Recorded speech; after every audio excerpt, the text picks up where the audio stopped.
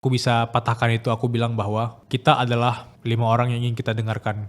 Pernah gak sih merasa harus mematahkan suatu ekspektasi sosial biar kamu bisa menjadi diri kamu sepenuhnya? Bayangkan kamu gak punya rasa takut, seberapa jauh sekarang kamu? Hi everyone and welcome to Conversations with JC, where deep questions lead to real answers. Hi Bilan, welcome. Thank you so much for being here today. Makasih. And congratulations on 400k subscribers on YouTube Suara Berkelas. Yep.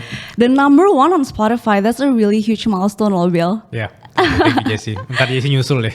Amin. Aku excited banget Bill buat ngobrolin topik hari ini, which is mencari jati diri di umur 20-an. Yep. Dari seseorang yang udah ngalamin langsung. Sampai hari ini Bilal menjadi podcaster, writer, and creative director. Yep. Tapi kalau boleh throwback sedikit nih Bill.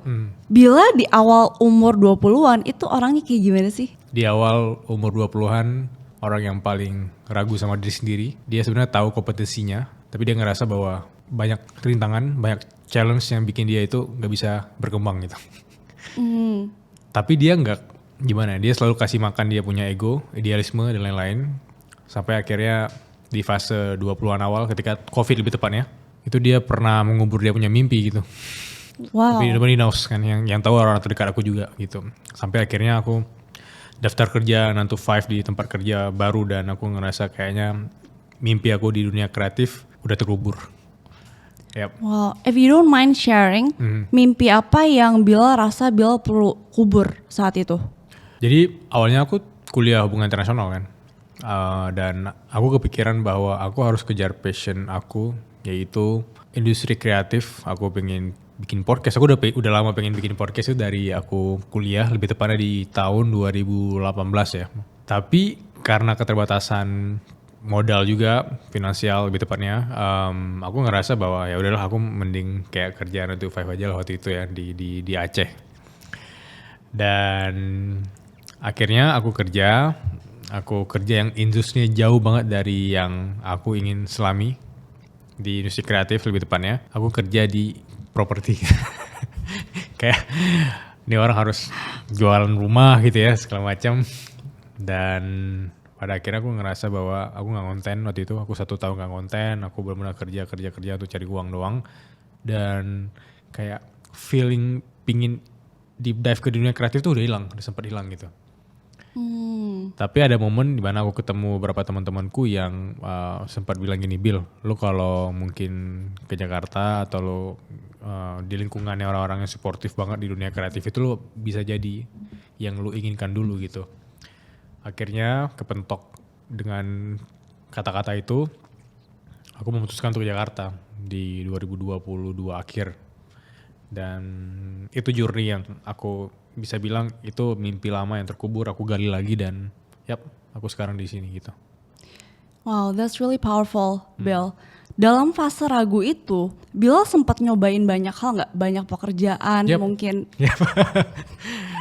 Aku sempat cerita juga kan di beberapa story, lebih tepatnya di podcast teman-temanku juga, even teman-temanku yang belum tahu background aku sempat sharing kalau dulu aku sempat coba berbagai kerjaan loh Jesse. Kayak aku sempat berkebun, aku sempat bertani, aku sempat apapun aku coba gitu. Dan tujuannya waktu itu yang pertama supaya ada uang jajan sampingan.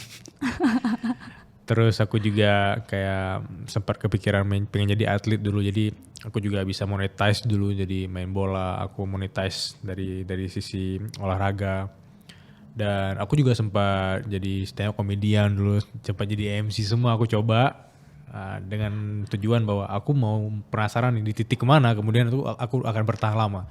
Karena aku pernah stick dengan kata-kata yang hafal ya, dan aku rasa kalau kita kayak memilih atau benar-benar tahu di titik mana kemudian kita bisa passionate banget. Kayak passion di sini berarti sufferingnya dalam jangka waktu yang mungkin lebih dari 5 sampai 10 tahun. Ya aku ngerasa aku bakal konsisten di sana dan aku cari dan aku memilih ya udah ternyata aku di dunia kreatif, di yang creative director, yang di dunia menulis gitu. Aku ngerasa aku di sana gitu. Hebat banget Bill, tapi dalam fase keraguan itu Bill bisa memutuskan untuk mencoba banyak hal. Itu adalah sesuatu yang gak semua orang berani untuk lakuin. Untuk teman-teman di sini, Bill, mungkin yang lagi mencari jati diri mereka dan mereka sebenarnya emang harus trial and error ya. Bener. Gimana caranya memberanikan diri agar berani gitu, Bill? Aku dulu dari sisi akademis memang akademik sangat decline ya. Kayak ranking terakhir di kelas gitu ya. Tapi yang aku ngerasa aku punya itu keberanian.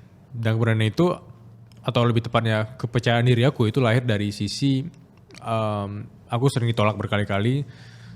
Aku sering konteksnya gagal berkali-kali juga. Dan aku sangat ingin melakukan hal yang mungkin secara akademis aku nggak bisa, tapi aku bisa membanggakan diriku sendiri bahwa oke, aku punya kepercayaan diri. Dan dari dulu aku nggak pernah sungkan untuk bertanya sama orang yang baru aku kenal gitu loh. Kayak misalnya ada orang yang Bill, nanyain dong, aku tuh tetap di garda terdepan, nanyain dong, misalnya ada guru yang mungkin ada masalah dengan kita, aku tetapnya ke gurunya gitu.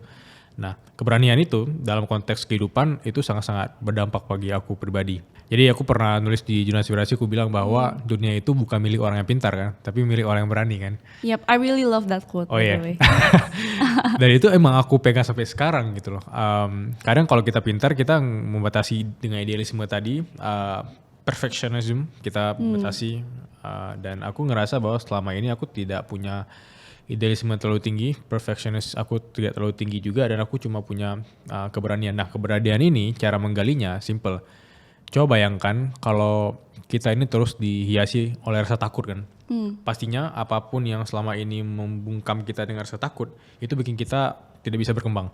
Aku mikir, bayangkan kalau aku gak punya rasa takut gitu.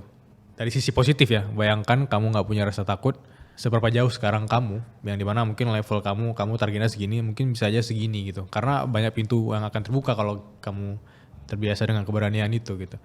Jadi keberanian itu aku bisa bilang bukan sekedar kayak lu masuk ruangan, tiba-tiba lu ngerasa gue yang paling berani, gue yang paling pintar, gue gak punya rasa takut, bukan gitu. Jadi keberanian itu yaitu ketika lu punya rasa takut ya. Aku punya rasa takut, aku ngomong sini mungkin agak nervous, aku ketemu orang mungkin agak takut, tapi aku terbiasa menghadapi itu, dan dengan terbiasa menghadapi itu aku yakin siapapun juga akan terbiasa juga untuk berani. Takut itu tetap nggak hilang ya, Nggak hilang. Bill. Tapi yang tadi kamu bilang keberanian adalah memutuskan untuk maju walaupun kita merasa takut ya. Pasti. Aku mau ngomong sama orang aja sebenarnya kayak bisa aja aku terkesan awkward mau ketemu orang, atau misalnya even dulu ada momen di mana ini throwback dikit, ketika aku wisuda itu ada momen di mana aku tidak ada kesempatan untuk jadi kan ketika wisuda ada commencement speech ya, yang di mana mahasiswa mewakili seluruh mahasiswa lain untuk hadir di depan kita saat wisuda. Itu selama ini di kampus kita nggak ada. Tapi karena aku mikir kenapa nggak ada ya, jadi aku memberanikan diri untuk kayak 15 menit sebelum wisuda dimulai aku nanya ke salah satu dosenku, Pak boleh nggak ya kita memberi role ini bila mau ngomong di depan 5 menit. Oh nggak bisa katanya. Tapi aku harus ada cara untuk bisa kan.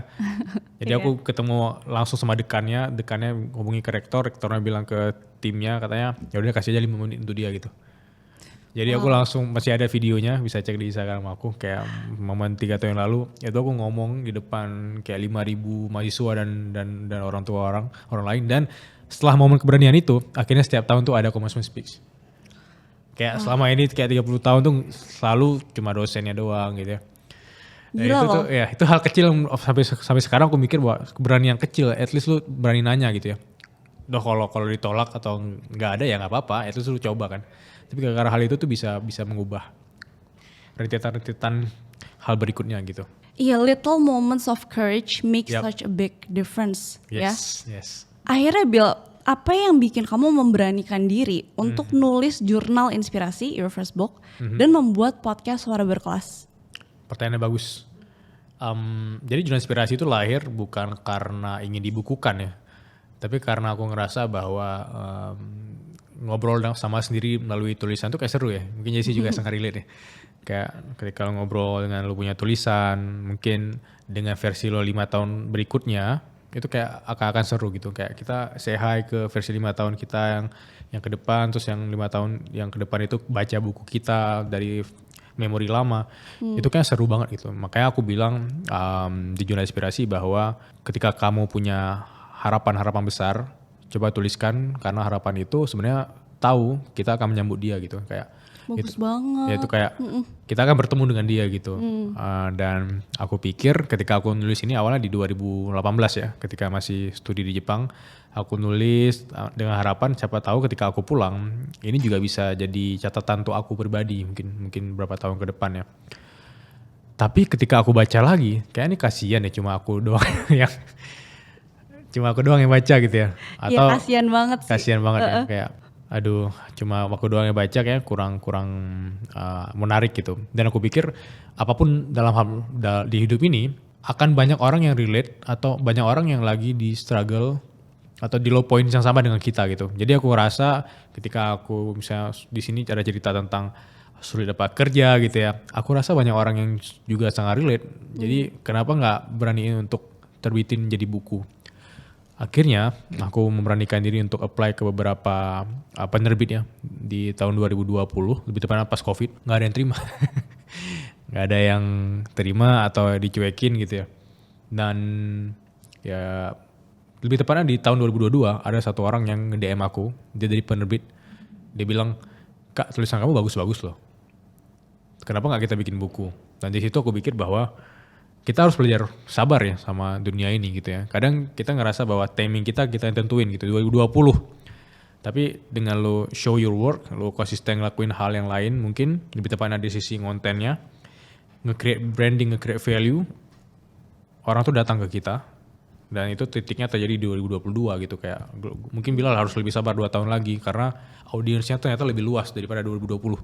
Jadi banyak hal yang sebenarnya kita ingin buru-buruin dan karena sabar itu banyak cara Tuhan yang bikin kita sebenarnya dapat hal lebih menarik sebenarnya gitu. Makanya aku ngerasa bahwa Jurnal Inspirasi harus terbit, dan itu akhirnya terbit di 2023. Dan ya itu sebenarnya cerita tentang orang lain yang datang bersilih berganti di hidup aku dan aku ceritakan Jurnal Inspirasi. Itu versi bukunya. Suara Berkelas akhirnya lahir karena ada harapan dari aku pribadi untuk bisa ngobrol sama orang berkelas gitu. Jadi aku waktu itu mikir ya gini, Jessy. Mungkin kalau kita mau ketemu sama idola kita, itu kayak harus bayar mahal gitu ya, harus datang ke event keren gitu. Terus aku mikir gimana ya shortcutnya supaya bisa duduk sama orang berkelas, dan walaupun kita tidak berkelas tapi kita bisa ngobrol satu meja seperti ini gitu ya. Ya udah, aku bikin akun sekelas namanya, Sekolah Kelompok Malas kan, which is sama temanku. Kita cuma bikin kayak quotes seperti itu yang relate, kemudian nge-create banyak audience. Kayak kita bisa gain 200,000 followers itu dalam waktu cuma 3 bulan 4 bulanan, dan itu ternyata menurut aku loyal audience, mereka interact banget. Dan akhirnya baru kita bikin podcast. Jadi siapa tahu kalau aku buru-buru ketika mau bikin podcast di 2018, branding aku belum ada, value aku mungkin masih kecil, dan aku ngerasa masih terlalu terburu-buru juga gitu untuk bikin podcast. Jadi itu sebenarnya rentetan dari kayak connecting the dots-nya sejak lama, tapi timingnya itu datang justru tidak yang seperti aku perkirakan. Mungkin nggak 2 tahun, mungkin nggak 3 tahun, mungkin kamu harus menunggu sampai 5 tahun, seperti itu sih. That's why Jurnal Inspirasi dan Suara Berkelas lahir. Wow, kayaknya dari cerita Bilal, itu semua bermulai dari keberanian untuk memupuk ya? Yap. Maksudnya walau kita memang harus sabar memupuk itu, tapi untuk mulai memupuk aja butuh keberanian gitu ya? Benar. Aku ada ini ya, ada quotes yang selalu aku tanamkan di kepala aku sih. Maksudnya aku lupa ini dia siapa, ini kayak nge-combine pikiran aku sama kata-kata itu. Aku bilang bahwa preparing for something itu sebenarnya bukan sesuatu action gitu loh. Kayak preparing for something, scheduling for something ya, asking for something, kayak praying for something, itu sebenarnya nggak lagi ngapain gitu. Itu cuma sebelum actionnya itu gitu. Nah selama ini berani itu karena aku lebih less overthink dan aku action. Tapi kalau selama ini aku si Bilal yang versi 10 tahunnya itu kayak cuma berdoa atau cuma bilang sama orang aku akan nulis buku, suatu hari aku akan nulis buku dan bikin podcast, atau aku nulis catatan doang, aku akan bikin buku, aku akan bikin podcast gitu ya. Tapi nggak pernah beraksi, aku akan benci diri aku yang sekarang sih. Dan itu Aku rasa kayak orang dengar konten motivasi dia merasa sudah termotivasi kan dan sudah beraksi rasanya ya, padahal belum ya. Itu sih aku mengakui bahwa satu kata kunci berani. Dan correct me if I'm wrong ya Bill, Yap. tapi Bill kan besar di Aceh. Ya, Dan pada saat Bill mulai at least untuk bikin konten, bikin podcast itu adalah satu hal yang tidak konservatif, bener gak? benar. Dan jadi tantangan-tantangan apa aja yang Bilal harus hadepin sampai Bilal akhirnya jadi Bilal yang sekarang. Aku ngerasa bahwa aku besar di lingkungan yang memang semua orang itu secara sosial diarahkan ke satu hal gitu ya. Kayak semua orang mungkin harus kerja seperti ini in order to get respect dan ya bisa menjalani hidup yang bahagia versi mereka gitu ya. Tapi emang yang berbeda biasanya ikan yang tidak mengikuti arus ya. Kayak emang lo akan dianggap cringe dulu ketika terlihat berbeda. Dan aku udah ngonten sebenarnya dari 2015. Dari aku SMA kali ya, kelas 3 SMA. Itu ada momen dimana aku ngerasa bahwa ini kayak akan sesuatu yang menarik dari dunia kreatif mungkin 5 atau 10 tahun ke depan. Tapi aku gak bisa menjelaskan itu seperti apa gitu. Kayak aku mungkin membayangkan 10 tahun ke depan itu akan ada tempat menarik untuk aku duduki, kursi menarik untuk aku duduki di dunia kreatif gitu. Aku nggak tahu jadi apa. Tapi waktu itu aku udah mulai konten. Dan teman-temanku pada bilang kayak, itu ngapain ya Bill? Oh nggak, dokumentasi gitu.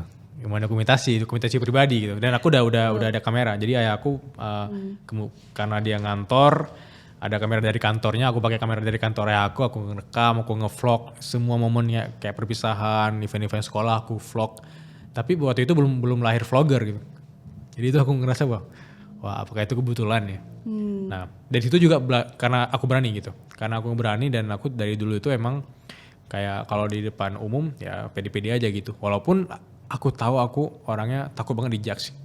Kayak kata kunci tadi kayak berani. Walaupun kita takut banget gitu. Aku takut dianggap aneh, takut dianggap cringe kan. Nah dan itu terjadi terus dari aku kuliah 2016, 17, 18, 19. Sampai ada momen di mana dosenku ya. Ini aku gak ceritain sih, maksudnya ini pertama kali aku ceritain. Ada dosenku, dia ketika aku di hubungan internasional, dosenku itu sampai bilang gini, Bil lu kan serius mau jadi diplomat deh, ngapain sih konten-konten gitu, ngapain sih bikin video gitu loh. Itu kan aneh gitu loh, kayak kalau bikin video-video seperti itu kan akan terkesan kalau lu mau ngetes misalnya kementerian nantinya, itu akan dianggap aneh, itu bisa jadi indikator lu gak lulus gitu. Terus aku mikir kan, apa nggak lanjut ya bikin konten gini ya, nge-create konten-konten ini kayak nggak efektif deh.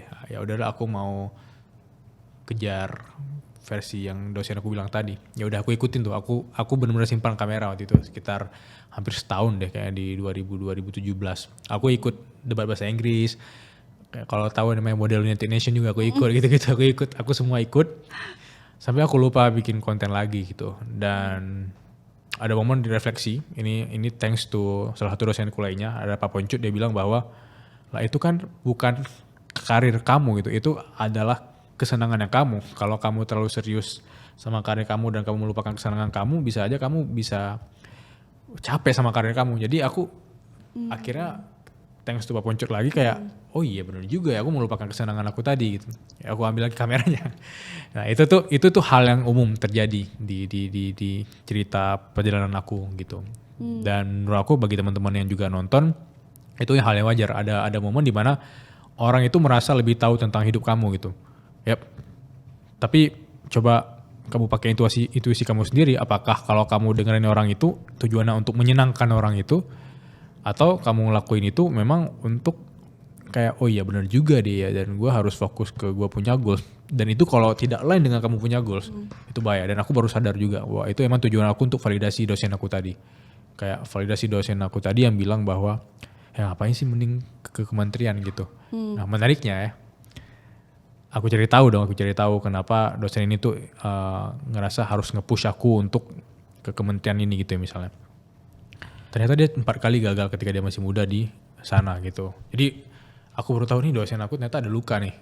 Dan dia harap aku bisa menembus luka itu dengan aku lolos seperti itu. Dan wow ternyata setiap orang kita temui bisa jadi ada luka-luka yang memang dia nggak sembuh dari sana ya. Bisa jadi kita bagian dari project dia gitu. Ya, Iya. itu sih yang bisa aku share. Ada proyeksi dari buried dreams-nya Benar. orang itu juga, dan Benar. I can't imagine how hard that was for you, soalnya untuk mendengar dari dosen, yaitu figur Benar, otoriti kan. yap. Untuk mendengar itu pasti rasanya aduh kayak mimpinya dipatahin ya Bill. Benar. Iya, dan tadi kamu bilang bahwa teman-teman di sekitar kamu juga ada yang jadinya nggak support dan Yap. ada yang cringe juga gitu ya. Aku jadi kepikiran Bill, menurut Bilal bagaimana pertemanan ikut membentuk identitas kamu? Aku punya privilege dikelilingi oleh teman-teman yang menurut aku selama ini tidak pernah dilihat dari sisi kepentingannya doang ya. Jadi ada teman yang memang dari SMP, SMA sampai sekarang itu kita benar-benar masih emotionally connected walaupun kita jauh, berbeda kota, berbeda negara. Tapi kita tetap komunikasi walaupun tidak seintens itu, dan itu teman lama aku. Nah menariknya teman-teman ini akhirnya terlepas dari ada yang kerjanya ASN, ada yang kerja guru, ada yang kerjanya juga salah satu dosen di kampus di Timur Tengah, itu ngonten karena Bilal gitu. Lucu Kayak, banget, ya aku Bill. bilang kayak kalian dokumentasi aja, dokumentasiin. Terus sampai sekarang pas dokumentasi mereka malah tanya-tanya cara bikin hook, malah pertama pas mereka dapat endorsement pertama tuh malah konsul. Jadi itu hal yang menurut aku umum. Nah, kenapa ini menurut aku sehat sampai sekarang? Aku ngerasa bahwa selama ini kita itu suportif gitu. Tapi ada juga orang-orang yang dari awal aku anggap teman, tapi memang jalan hidupnya tuh berbeda dan mereka menganggap jalan hidup kita tuh salah. Ada juga seperti itu. Nah, orang-orang yang aku anggap tadi menurut aku sampai hari ini mereka punya jalan hidup sendiri, tapi mereka ngonten juga, terus mereka saling support, update live atau ngomongin tentang kehidupan, itu orang-orang yang kemudian aku pilih. Jadi mungkin kayak apa ya, kayak seleksi alam, dari 10 teman dari kecil, nanti ada yang satu seperti ini, satu seperti ini, dan tadi yang aku maksud ada 4 orang yang sampai hari ini tuh masih strengthen kita punya hubungan gitu loh. Dan pertemanan aku itu sangat-sangat berdampak ke pilihan hidup aku, keberanian aku hari ini, kepercayaan diri, dan cara aku melihat dunia sih sangat-sangat berdampak gitu. Tadi kan Bilal mention bahwa Bilal mempunyai privilege itu ya. Benar. Karena sebenarnya menurut aku punya satu orang yang in your corner aja udah lucky gitu. Ya laki banget. Iya kan? Punya 4 apalagi gitu. Benar. Tapi untuk teman-teman di luar sana yang ngerasa mereka harus jalan sendirian, what advice would you give them? Aku bisa relate ketika ada momen dimana walaupun aku tadi disupport banget sama teman-temanku tadi, ketika secara prakteknya aku berpisah sama mereka. Lebih tepatnya ketika aku merantau gitu ya ke Jepang. Waktu aku merantau ke sana itu kan benar-benar sendiri banget ya. Nah itu journey yang berat nih. Apakah lo ngonten, mau belajar dan lain-lain. Aku bisa komentarin kalau kalian sendiri coba pikirin value apa yang bisa kalian kasih ke dunia, dan aku rasa dari sana itu lo akan ketemu sama orang yang tepat. Paling simpel gini nih analoginya, kayak orang bilang kalau lo mau lari pagi lari aja sendiri kan, kayak lari aja sendiri, lari sendiri. Emang sendiri sih, tapi biasanya karena lo lari juga, ntar di kilometer 12 ada orang yang lari kan, ada orang lain yang lari, biasanya bakal lari bareng gitu. Nah begitu juga kalau kita memulai suatu, aku rasa apalagi sendiri dan berat, let's say dunia ngonten yang journey-nya berat banget, kalau sendiri itu ngontennya dulu, berkarya dulu, ntar di pertengahan jalan itu ketemu sama orang yang mungkin sefrekuensi, kayak tunnelsnya itu emang terkoneksi gitu loh. Dan itu sih aku bisa komentarin, walaupun semuanya bakal berasal atau berawal dari sendiri itu sih. Sendiri kita berani beraksi, nanti lama-kelamaan kita akan attract orang yang Attract itu tepat ya. kata yang tepat, benar. Attract kata yang tepat. Karena orang-orang yang kita temuin itu bisa jadi juga sendiri kan mulainya gitu. Itu hal yang tepat sih. Karena kayaknya punya support untuk berkembang jadi versi terbaik diri kita tuh penting banget ya Bill. Yap, penting banget. Soalnya seringkali menurut aku tantangan terbesar dalam pencarian jati diri adalah kita sering merasa lost dan stuck. Benar. Nah menurut Bilal, apakah itu fase yang memang harus dilewati atau bisa dicegah? Itu fase yang memang bisa dicegah kalau dari sisi seperti ini. Aku menarik ya, ini menarik pertanyaannya.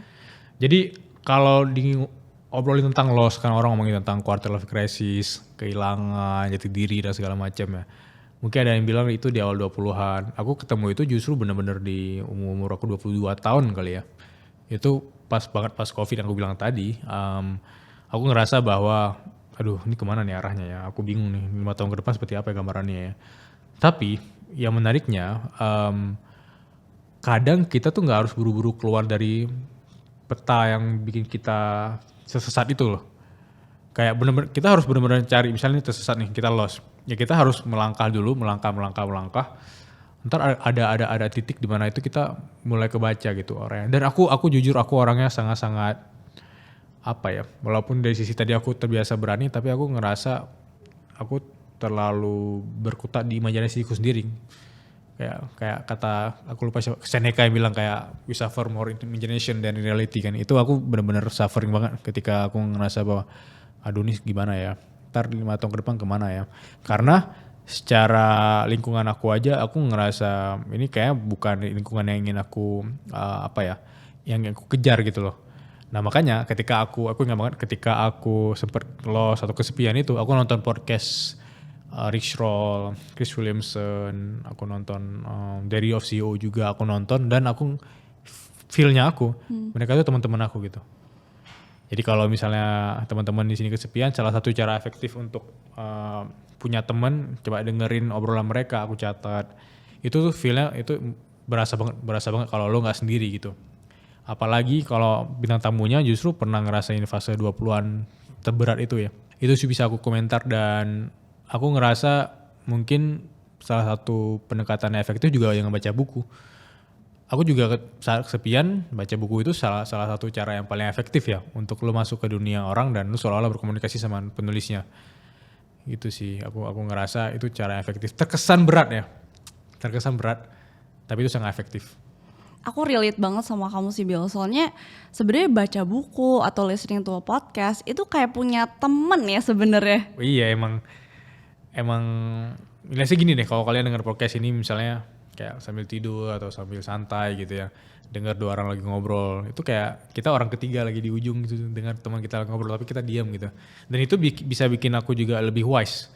Aku ngerasa lebih wise ketika dengerin podcast, apalagi kalau emang podcast dengan intensi ya. Beda dengan podcast yang emang kita nonton dalam konteks hiburan atau emang kita ya udah gabut deh nonton podcast gitu. Tapi kalau podcast ditonton dengan intensi, ada catatan di samping misalnya, itu tuh lebih dapat feel ya. Aku yakin dicoba teman-teman bagi yang belum pernah coba. Nah Bill, kayaknya ya salah satu alasan kenapa kita suka ngerasa terjebak dan stuck, itu karena kita sering mencoba untuk fit in dalam definisi sukses yang seringkali seragam dan terbatas ya. Iya.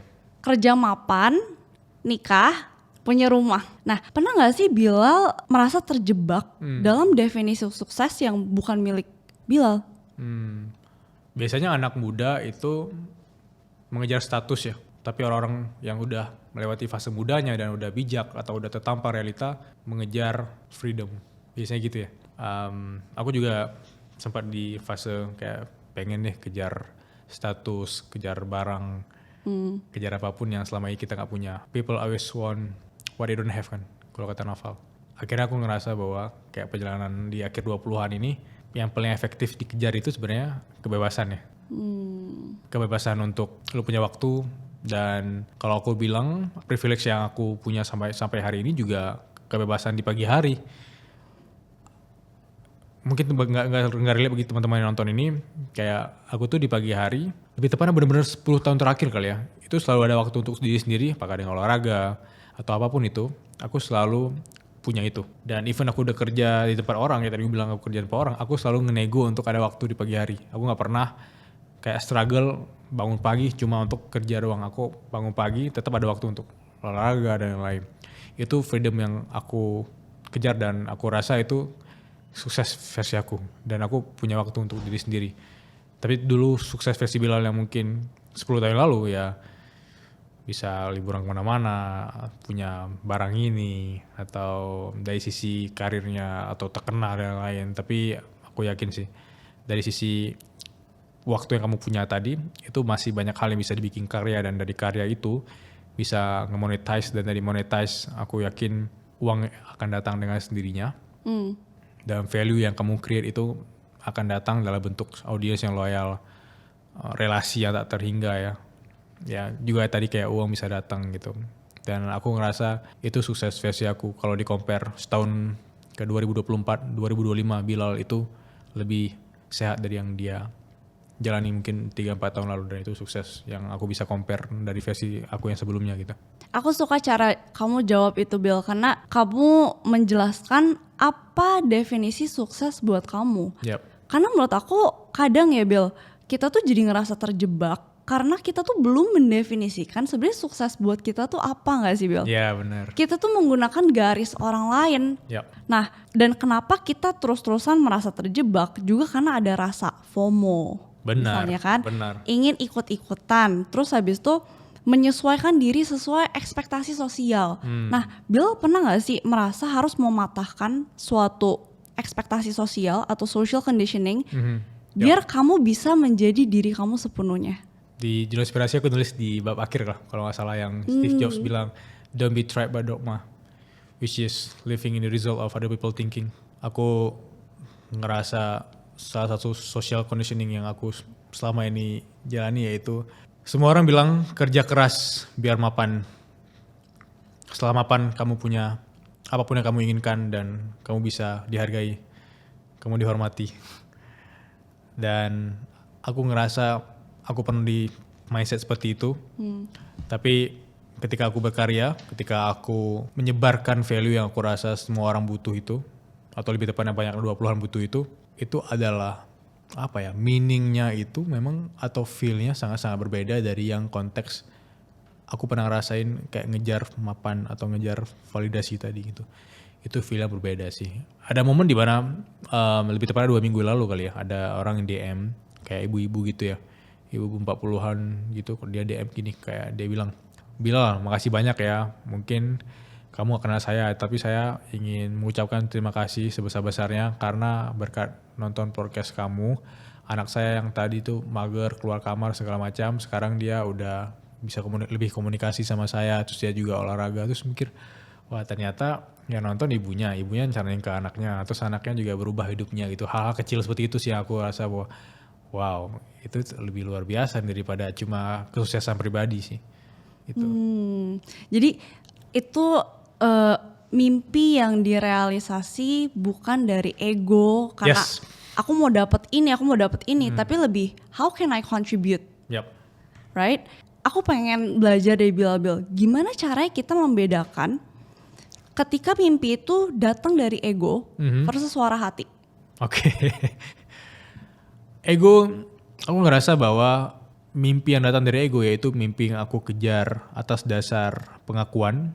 Yang seperti tadi, aku mau menarik lagi ke versi aku beberapa kali ketemu orang, even gini ya, mungkin kamu nggak tahu, tapi siapa tahu teman-teman di sini pernah punya kayak paman atau keluarga yang mereka bilang bahwa kamu harus jadi ini, gitu. Kayak impian mereka yang nggak tercapai kayak tadi, kayak dosenku tadi, ya kamu harus jadi ini, aku yakin kamu bisa sukses seperti ini. Kita ada ego untuk membuktikan bahwa kita bisa gitu. Kita ada ego untuk membuktikan bahwa oke, gue kejar nih.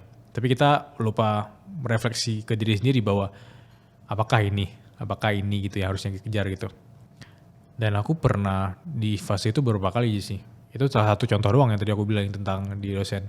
Even sebelum aku ke Jakarta, aku juga sempat melamar ke salah satu instansi. Nobody knows it. Karena apa? Karena aku ngerasa oke, ngonten tapi ngonten tidak setinggi itu untuk bisa dimonetize waktu itu ya. Ya udah, aku harus punya pegangan untuk jelas gitu kerjaannya gitu. Aku coba, aku serius di situ. Alhamdulillah nggak lolos. Alhamdulillah ya nggak lolos. Mungkin kalau lolos ya aku nggak di sini gitu. Tapi ada momen ketika aku mau diumumkan lolos itu, aku berdoakan ya Allah semoga lolos. Karena aku baru sadar itu ya ketika hampir lolos, kalau lolos ya gimana gitu kan. Dan itu menurut aku statusnya tinggi sekali ketika aku lolos itu, kayak ini kalau aku lolos aku bisa jadi dihormati sama paman aku tadi. Itu datang dari ego dengan tujuan bahwa kita ingin membuktikan pada orang lain, kita ngerasa bahwa dengan status itu kita bisa dihormati. Tapi dari sisi hati memang terkesan berat banget untuk kita punya karir atau perjalanan yang mungkin susah untuk dimonetize dan lain-lain. Kalau ditanya ke aku, apa yang aku terapkan ketika menjalani karir sampai hari ini dengan isi hati ya, dengan intuisi aku. Aku lupa spesifik dengerin dari mana, tapi aku menerapkan itu. Coba kamu lakuin atau kamu ketemu orang yang dimana orang itu sudah mencapai titik yang kamu inginkan. Boleh kamu kerja sama dia, even kalau dibayar rendah gak apa-apa, kerja aja. Habiskan waktu sama dia itu minimal 48 bulan.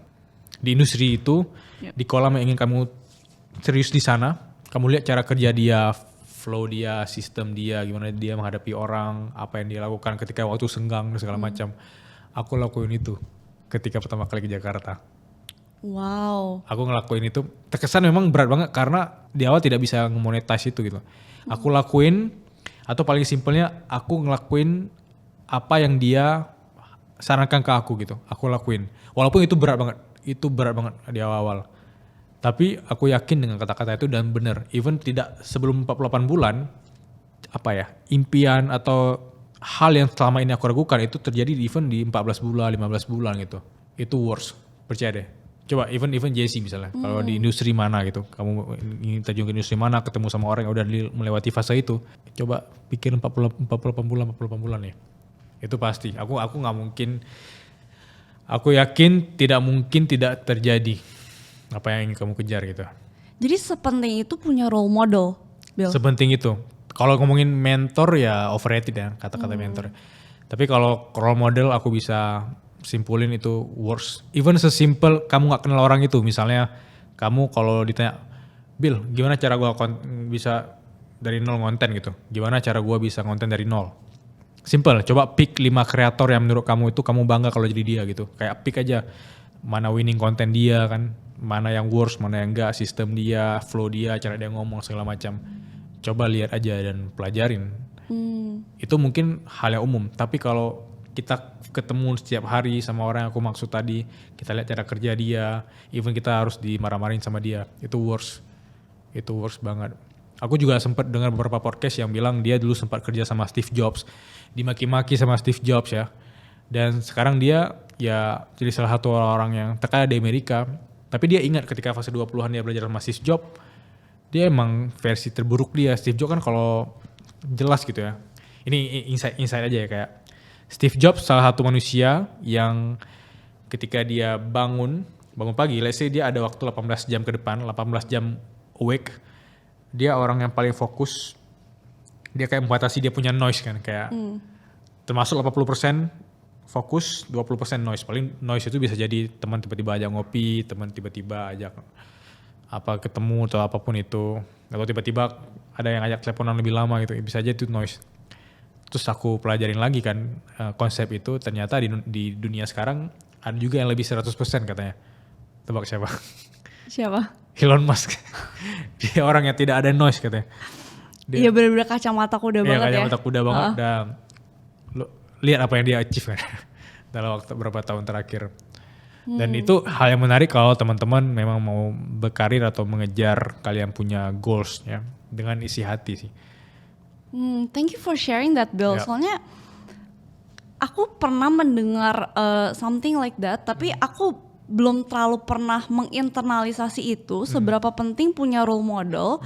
Dan tadi practical banget advice-nya ya. Cari yang ada di sekitar kamu dan actually try to work with them. Yang udah mencapai apa yang ingin kamu capai gitu. Nah, Bill, kan karena ada ekspektasi sosial ini, pasti ada tekanan dong. Dan terkadang tadi kan kata Bill udah pernah mengalami itu beberapa kali. Benar. Tapi gimana caranya kita tahu ketika kita jalanin itu nggak align sama kita, Bill? Because I feel like a lot of people itu stuck di dalam pekerjaan tersebut, walaupun itu nggak align sama mereka. Dan mereka mungkin agak nggak tahu bahwa mereka nggak align. Mereka agak nggak tahu kalau mereka nggak align. Nggak ngeh, mungkin tahu deep down ada sedikit ketidakpuasan, tapi dinormalisasi mungkin. Karena terlalu takut untuk keluar dari hal itu ya. Atau apa tanda-tandanya memang ini bukan nggak selaras sama kita gitu. Oke. Banyak orang-orang yang cerita ke aku kayak, Bill aku nggak ada waktu untuk olahraga pagi misalnya. atau aku nggak ada waktu untuk ngonten ya. Aku tanya kan jam kerja mereka jam berapa, biasanya yang jawabnya kayak benar-benar 9 to 5 gitu ya. Terus aku tanya jam 6 pagi ngapain, oh jam 6 pagi biasanya dia kayak masih tidur gitu. Pulang kantor jam berapa, pulang kantor mungkin jam 7 malam, jam 8 malam, terus setelah pulang kantor ngapain, main sama anak atau ada waktu istirahat. Orang-orang yang bilang tadi itu nggak ada waktu dan segala macam, itu masih bingung sama mereka punya prioritasnya. Walaupun memang konsep 9 to 5 hal yang umum dan aku sangat tidak menyalahkan itu, emang hal wajar. Aku juga masih 9 to 5 gitu kategorinya, walaupun masih kerja gitu ya. Nah, aku menyarankan untuk kalian tuh harus menentukan kalian punya prioritasnya. Karena pertama prioritas kita emang kayak kayak kapal di badai yang diomong-ambing nggak jelas gitu ya segala macam. Kalau kita punya prioritas, kita tahu at least jam 5 pagi itu waktu bakal dipakai kemana kan. Orang-orang yang tadi komplain atau punya banyak alasan untuk tidak mau olahraga pagi, itu memang tidak punya prioritas untuk olahraga pagi. Prioritas mereka yaitu bekerja doang. Kayak kamu pasti pernah dengar yang the Furboner's Theory, yang salah satu teori yang dipakai oleh James Clear. Ketika di artikel dia dibilang bahwa the Furboner's Theory, setiap orang itu punya prioritasnya masing-masing. Kayak bayangin ada 4 sumbu nih. 4 sumbu yang ada sumbu keluarga, kesehatan, karir, keuangan misalnya. Kita nggak bisa ngidupin 4 sumbu itu kan. Sekaligus nggak bisa. Kalau bisa berarti nggak optimal, kayak 25%. Kita harus pilih 2 atau minimal 2 sumbu lah ya. Untuk bisa kita optimalisasi di sana gitu. Karena menurut aku banyak orang-orang yang aku kenal justru uangnya banyak ya, karirnya melesat, tapi berat badannya juga banyak gitu. Berat badannya naik gitu. Karena optimalisasi atau prioritasnya di olahraga itu tidak ada gitu. Nah kalau bisa ngebalance berarti ada hal lain yang harus dikorbankan. Karena menurut aku apapun sih yang harus kita kejar harus ada yang disacrifice. Gak bisa tanpa sacrifice. Kalau tadi misalnya orang-orang yang ngerasa tanda-tandanya kayak dia burnout, ya berarti ada something wrong kalau lo ngelakuin sesuatu, masa satu hari burnout. Berarti lo dipaksa untuk ngerjain sesuatu yang lo benci. Salah satu cara untuk membunuh kreativitas seseorang, atau cara berpikir seseorang yaitu memaksa dia melakukan sesuatu yang dia tidak sukai. Nah kalau lo ngerjain itu sehari misalnya 12 jam hal yang lo benci, 12 jam dikali 7, 12 jam dikali 5 dalam seminggu ya. Seberapa banyak puluhan jam yang lo habisin dalam waktu seminggu untuk melakukan hal-hal yang kamu benci, itu udah pasti sih burnout. Walaupun dari sisi uangnya ya, makanya banyak orang yang digaji ratusan juta, itu bakal resign juga. Karena mereka di situ ngejar uangnya, gak ngejar value-nya. Pas ada uangnya mereka baru buka bisnis sendiri, resign, kejar passion sendiri. Hal seperti itu sih harus dipertimbangkan, kayak apakah ini dalam konteks jangka panjang atau konteks 2 tahun ke depan, kejar uang gak apa-apa. Tapi kalau emang ini diseriusin sampai 20 tahun tapi lu benci sama diri lu sendiri, itu bahaya sih. Atau paling simple ketika lu misalnya ada yang nikah terus tiba-tiba ntar punya anak, ketika anaknya nanya orang ayah, bapak kerja apa, ibu kerja apa, lu gak pernah bangga menceritakan itu kepada anaknya, itu ada yang salah dengan hal itu sih. Aku setuju banget sih Bill. Soalnya maybe ada 2 pekerjaan nih, misalnya seseorang melakukan 2 pekerjaan. Sama-sama misalnya 12 jam. Yeah. Yang satu bisa kayak capek tapi seru banget rasanya. Benar. Yang satu kayak gila gue capek banget gitu ya. Kayaknya itu salah satu tanda bahwa itu gak align ya Bill sama kita. Gak align. Kamu pernah baca Jurnal Inspirasi dan ada tahu Pak Poncut ya? Nah, aku pernah dulu ikut risetnya Pak Poncut ketika aku masih kuliah ya. Aku ikut riset Pak Poncut. Itu kalau dihitung ternyata risetnya itu bisa kayak 14 jam sehari loh. Tapi dia itu bisa memancing aku untuk curious sama hal yang dia risetkan itu. Jadi kayak risetnya itu tentang kenapa orang-orang Kamboja, kenapa orang Vietnam itu dulu menyeberang laut untuk ke Aceh gitu. Makanya di Aceh itu banyak yang bahasanya tuh mirip-mirip bahasa Kamboja, Vietnam gitu loh. Cara ngomongnya mirip ya. Aku ikut riset itu dan aku tidak dibayar banyak ya. Dibayar kecil, tapi setelah 2 bulan aku riset itu aku happy banget. Wow, ternyata selama ini gitu ya kerja yang suatu kita curious, kita passionate banget gitu. Dan dari sana aku mikir bahwa coba kalau lu ngelakuin sesuatu yang lu berani survive atau berani suffering di sana, itu pasti dalam konteks waktu jangka panjang itu akan lu bakal ngerasain buah dari hasil kerja kerasnya gitu. Tapi kalau lu ngelakuin hal yang kamu benci, aku gak yakin itu dalam konteks jangka panjang akan berdampak besar ya bagi hidup kamu gitu. Yes, and untuk melakukan sesuatu yang kita suka gitu ya Bila. Itu sound simple. Tapi sebenarnya itu perlu kita untuk mendengar suara hati. Ada gak sih kebiasaan atau rutinitas kecil yang Bila lakuin yang ternyata ngebantu banget dalam proses kenal diri? Cara paling simple yaitu ketika memakai POV, apakah lu bangga atau bersyukur atau lebih tepatnya bahagia ketika ngelakuin hal itu. Aku beberapa kali mencoba, kayak aku bilang tadi, aku coba A, coba B, coba C, coba D. Ada hal-hal yang tidak fulfill di sana, kayak oh ini cuma dapat uangnya gitu. Atau ada feel kayak oh ini aku cuma earn doang, cuma fun doang, tapi aku tidak learn di sana gitu. Tapi kalau aku learn, aku earn, aku fun, itu salah satu pekerjaan yang menurut aku sangat-sangat efektif dan bikin lu bangga, lu happy di sana. Dan aku alhamdulillah dapat 3 ini sekarang ya. Tapi aku harus sacrifice di tahap pernah dapat 1 doang gitu. Pernah dapat 2 doang. Tapi kalau teman-teman yang dapat 2 doang nggak apa-apa, lanjutin aja. Tapi kalau kalian cuma dapat 1, misalnya cuma dapat fun doang, nggak learn, nggak earn, itu kayak berat deh. Nah, cara aku mengenali untuk bisa mencapai ke sana menurut aku simple banget. Yaitu coba ngelakuin sesuatu yang ketika lu pikirin misalnya 5 tahun ke depan itu lu gak menyesali sama sekali hasil dari kerja keras lu gitu. Kayak aku sempat nulis juga ya di postingan aku bilang bahwa I'm consistent because I wanna find out what happened when I don't quit. Kayak oh catat ya teman-teman. Kayak aku konsisten, aku disiplin. Cuma penasaran aja sih kalau aku konsisten sama disiplin, hadiahnya apa ntar kan, kayak apa nih, kayak universe mungkin, kayak Allah itu memberi hadiah apa gitu ke depannya kalau aku konsisten. Jadi coba lakuin hal-hal yang lu gak sesali. Mungkin lu rela suffering di sana karena itu katanya passion atau pasio. Dan temuin orang-orang yang menurut lu tuh emang wah ini gua banget nih, ini aku banget gitu. Aku mau kenal sama dia.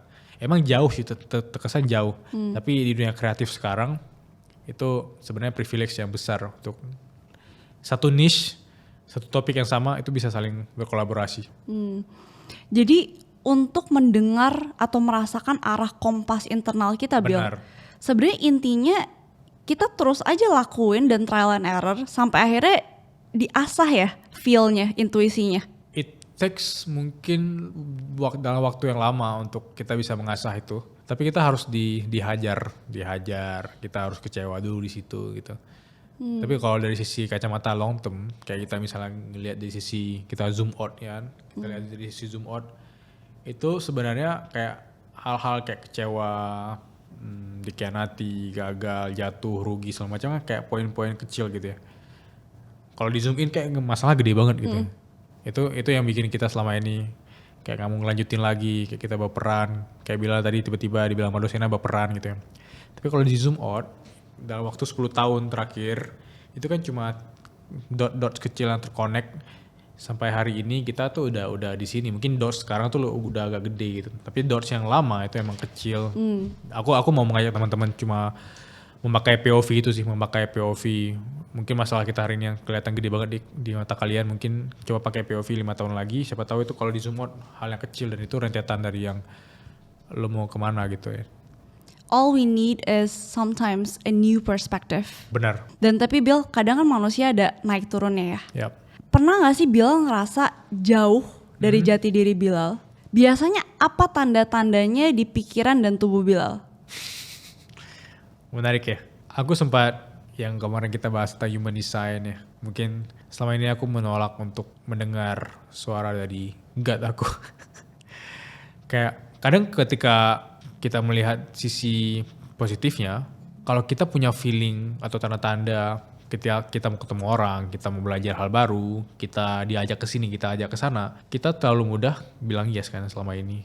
Aku lebih tepatnya selalu gampang bilang yes. Tapi itu kalau dikontekskan ke noise-nya kayak Steve Jobs dan Elon Musk tadi, itu sebenarnya noise yang kode-kode atau tanda-tanda yang coba kamu pikirin, apakah ketika kamu menjawab yes, itu kamu bilang no ke diri kamu sendiri kan. Kayak bilang yes ke ajakan A, ajakan B. Kita itu semakin hari semakin terbiasa bahwa aduh, nyesal tadi aku bilang yes. Aduh, harusnya aku gak gini tadi. Itu tuh hal tanda-tanda simple sih. Tanda-tanda simple yang apakah itu jawaban yes atau tidak gitu. Jawaban yes kemana nih? Jawaban yes ke orang lain atau jawaban yes ke diri sendiri kan? Mungkin aku menghabiskan banyak waktu sih untuk menjawab yes ke orang lain gitu. Karena takut ditolak, takut dikucilkan, dan takut dianggap aneh, dianggap berbeda. Itu hal yang aku alami dalam beberapa waktu yang lama sih. Makanya aku sharing juga di buku, aku sharing di jurnal inspirasi, di generasi inspirasi, aku sharing permasalahan anak 20-an rata-rata di sana. Dan itu hal yang wajar memang. Tapi coba biasain bilang no untuk hal yang bikin kamu jatuh. Dan semakin terbiasa kamu bilang no, kamu semakin berani kan. Kayak balik lagi kata Uji tadi, semakin kamu terbiasa bilang no ke hal yang bikin kamu jatuh, terganggu, kamu akan terbiasa bilang yes, dan kamu akan jadi orang yang berani sih. Aku relate banget sih Bill, dan ternyata dalam pencarian jati diri ini kita harus belajar menetapkan boundaries. Yes, aku suka banget kata-kata boundaries. Ya, gimana caranya practically untuk lebih berani say no Bill? Apalagi ketika itu datang dari keluarga kita. Yap. Itu sebenarnya yang paling susah gak sih? Yap. Ada momen dimana ketika aku say no, itu aku dapat silent treatment dari orang-orang terdekat aku. Jadi pendekatan silent treatment itu kan menarik ya. Karena gini, aku sempat baca juga kayak tulisan dari Mel Robbins yang dia bilang bahwa kalau kita menghadapi orang-orang yang silent treatment, itu sebenarnya adalah versi anak kecil di dalam tubuh dia yang diluapkan dalam versi dia dewasa gitu. Kayak anak kecil kan, mungkin anak kecil 10 tahun kali ya, bisa ngambek gitu ya, ngambek terus silent treatment. Kita dengan harapan dia butuh atensi kita kan, kayak supaya dia ditanya kamu kenapa gitu ya, aku mau beliin kamu apa gitu gitulah. Terus dari cara pandang itu aku udah terbiasa menghadapi teman-teman atau orang-orang yang silent treatment gitu, karena mereka tidak bisa nge-express mereka punya emotion, mereka tidak bisa komunikasi, dan lebih tepatnya mereka tidak bisa menggambarkan apa sih yang ingin mereka sampaikan ke kita gitu ya. Dan karena itu aku ngerasa bahwa aku udah takut bilang no terus nih. Aku pernah tahap itu. Karena orang terdekat aku silent treatment, terus tiba-tiba kayak nggak bales lah chat aku dan segala macam. Aku sempat apa aku minta maaf ya. Nah ini dia bahaya silent treatment. Ini tiba-tiba kita bahas silent treatment ya. Maksudnya kalau teman-teman yang terbiasa juga nge-treat orang dengan silent treatment, itu orang-orang yang kita silent treatment kan, itu malah overthinking sendiri gitu. Gue salah ngomong apa tadi ya? Atau gue kemarin kayak ada menyinggung dia deh, dan segala macam. Nah itu tuh terjadi gara-gara aku keseringan bilang no. Aku ngelatih tuh, biar tadi ada kebiasaan untuk melatih keberanian, aku melatih. Maaf ya nggak bisa. Yang pertama ada pasti mungkin nggak ada ajak lagi. Yang kedua ya mungkin silent treatment tadi. Nah itu sebenarnya latihan simple untuk kita terlatih. Makanya aku bilang orang yang berani, orang yang mungkin kuat, itu orang-orang yang memang terlatih untuk jatuhkan dulu, terbiasa dengan ketidaknyamanan, atau paling simple kayak tadi lawannya silent treatment mungkin hard conversation, ya coba biasain hard conversation. Menurut aku itu sih. Setuju banget sih Bill. Ternyata dalam proses kita berkembang menjadi diri kita sepenuhnya, itu memang pasti ada resiko kita tidak disukai atau disalahpahami ya. Disalahpahami hal yang sangat wajar ya. Yap, dan Bill kan sempat cerita tadi Bill udah mencoba segala hal dan banyak pekerjaan. Bill pernah gak sih ngerasa malu atau takut dicap gak konsisten? Oh iya. Karena berubah haluan. Yap, aku itu dari itu dari cara pandang kita eksternal kali ya. Kayak kita takut dijudge tidak konsisten, atau orang-orang malah meragukan kapabilitas kita karena kita nggak bisa diajak kerjasama dalam konteks long term. Aku pernah seperti itu.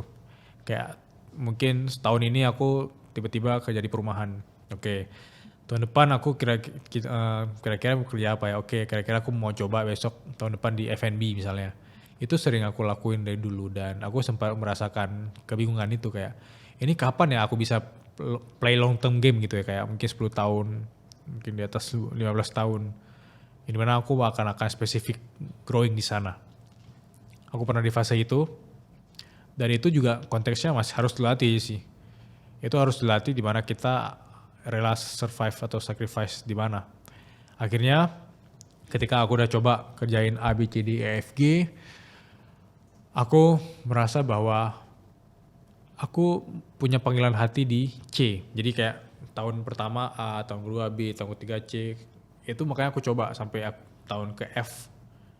di F-nya aku baru sadar oke, kayak yang bikin aku di titik aku semangat banget di compare setiap tahunnya aku C. Nah itu aku trial errors biasanya. Walaupun di awal-awal sangat tidak konsisten, even orang tua aku sendiri bisa aja meragukan aku nih sebenarnya bilang tertariknya apa gitu. Yang C tadi yaitu kreatif. That's why orang tuaku aja, orang terdekat aku nggak tahu aku bisa nulis gitu. Karena aku tidak pernah menunjukkan aku punya karya. Aku tidak pernah ikut lomba nulis, aku nggak pernah ikut kelas nulis. Tapi aku ngerasa bahwa ada ketertarikan ketika aku baca buku untuk dilempar ke dalam bentuk tulisan. Yep. Do you think sometimes we overrate stability? Ya, aku ngerasa bahwa ketika aku memulai suatu, aku tidak punya aku tidak punya impian yang cukup besar. Aku tidak ambisius. Aku punya impian yang setengah-setengah selama ini. Aku termasuk tidak konsisten juga. Aku secara stabilitas juga tidak bisa menggambarkan diri aku. Aku tidak bisa menggambarkan aku ngelakuin ini seperti apa itu pernah di tahap itu. Tapi pertanyaan simpelnya ke diri aku sendiri yaitu, Bil, kapan lu berhenti untuk ngelakuin hal ini kan? Akhirnya di tahap ketika udah gagal banget, udah desperate banget, aku mencoba ngelihat dari kacamata 5 atau 10 tahun ke depan. Itu aku terus ulang-ulangi sih. Poinnya apa? Poinnya aku bukan tipe orang yang sabar. Jadi semua orang itu sebenarnya yang aku temui 20-an itu emang dikejar dari sisi ketidaksabarannya kan. Kayak misalnya ada orang yang 25 tahun udah beli Ferrari, 27 tahun udah beli barang segala macam. Itu tuh kita kejar kan. Karena dengan harapan bahwa kita bisa duduk di posisi dia dan kayaknya kita akan lebih baik daripada hari ini gitu. Mungkin tidak mengejar happy-nya, tapi mengejar at least yang pertama pengakuan juga. Sama kita ngerasa yang selama ini gak kita punya itu kan. Nah orang-orang yang udah mencapai itu, mereka cari hal baru lagi. Nextnya apa? Mereka mencari, kayak gue bilang tadi, freedomnya, kenyamanannya, atau ketika udah terkenal mereka malah mencari privasinya gitu. Nah itu aku sangat relate ketika aku pengen banget tuh pengen terkenal gitu ya. Pengen punya usaha yang besar, bisnis yang sukses segala macam. Aku kejar. Tapi pas udah dapetin itu, pasti tidak sesuai sama yang kita rasakan feel-nya. Pernah nonton ini kan, yang animasi Soul. Dia bilang bahwa pas dia udah mencapai, dia punya impian selama ini, dia kayak bingung.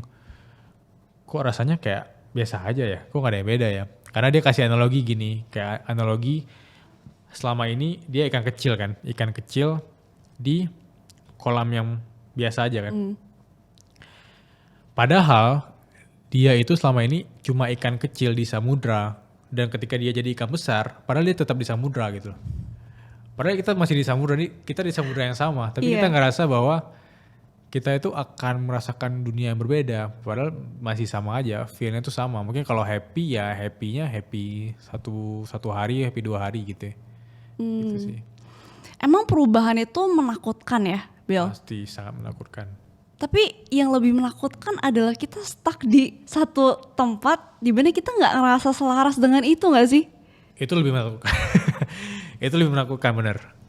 Dan aku tuh rasa karena aku pernah di posisi itu juga, Bill, di mana aku takut dengan perubahan itu. Yeah. Tapi what I wish someone would have told me is be brave to change. Yeah. Karena Bill setuju gak bahwa perubahan tuh kadang satu-satunya jalan untuk menemukan jati diri. Yap, perubahan akan sangat berat ketika di awal.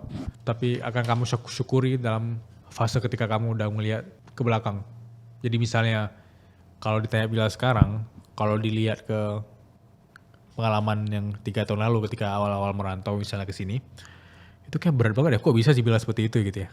Kok bisa dia kayak gak tau malu, dia apply sana sini, dia berani lakuin ini, lakuin itu. Mungkin kalau aku disuruh balik ke waktu itu, aku belum tentu bisa loh. Nah itu perubahan. Jadi even orang-orang terdekat kamu akan menganggap kamu berbeda sekali, tapi itu namanya growth. Kalau dilihat dari yang tadi yang 3 tahun lalu ya emang dia orang yang berbeda gitu. Mungkin di dalamnya dia orang yang sama, tapi cara dia melihat dunia itu sangat-sangat berbeda. Dia mungkin lebih bijak ya, atau dia mungkin lebih memaknai hidup ini, atau dia mungkin kayak aku bilang tadi, dia udah terbiasa dengan bilang no, dan akhirnya dia udah less overthink dan tidak terlalu tidak apa-apa tuh take personally gitu loh. Dan itu terjadi karena berani berubah tadi. And soal fear of being judged, Bill, kita tuh berada, ya, kita berada dalam era sosial media, dimana dunia ini penuh dengan highlight reels orang lain. Gimana caranya kita stop ngebandingin diri sendiri? Anak 20-an yang nonton ini, aku cuma mau bilang bahwa coba kalian pakai topi kalau kalian ingin masuk ke seseorang kalian bandingkan gitu. Misalnya gini, misalnya kayak orang bilang, wah enak ya jadi Cristiano Ronaldo gitu. Mereka tidak tahu sacrifice dia harus bangun jam 5 pagi, harus olahraga sendiri, mungkin harus meninggalkan keluarganya, harus menghadapi komen-komentar negatif gitu. Nah kalau kalian meng-compare sama orang itu nggak cuma dilihat dari sisi hasilnya atau surface-nya doang gitu. Coba masuk ke dunia dia, atau paling simple coba kamu ganti diri kamu ke diri dia dalam waktu 24 jam aja. Aku rasa tidak semua orang bisa jadi orang lain dalam 24 jam sih. Seberat itu jadi orang lain dalam 24 jam gitu. Aku sempat mikir juga misalnya aku pengen jadi siapa nih? Chris Hemsworth gitu. Mungkin aku tidak bisa terbiasa sama level dia nge-gym gitu yang seserius itu gitu. Jadi tidak ada comparison di sini dengan orang lain karena darah kita, sidik jari kita itu emang ditekan berbeda gitu. Dan cara paling efektif ya aku rasa ini sangat klise dan semua orang udah tahu ini sih. Aku selalu nge-compare dari aku sama versi aku yang sebelumnya, dan sebelumnya itu dalam konteks nggak cuma sebulan yang lalu, setahun yang lalu, bisa ditarik dalam tarik ulur kayak aku bilang tadi, even 5 tahun aja, walaupun tidak terasa growth-nya, mindset-nya aku dengan versi aku 5 tahun lalu sangat-sangat berbeda. Cara aku melihat dunia, cara aku memandang hidup ini, cara aku bertemu dengan orang, cara aku membisikkan bisikan negatif ke diri aku itu sangat-sangat berbeda. Karena kalau mungkin negatif hal yang wajar ya, kayak misalnya kita selalu punya imposter syndrome, kita punya keraguan diri dengan diri kita sendiri dan itu dibisikkan terus kan.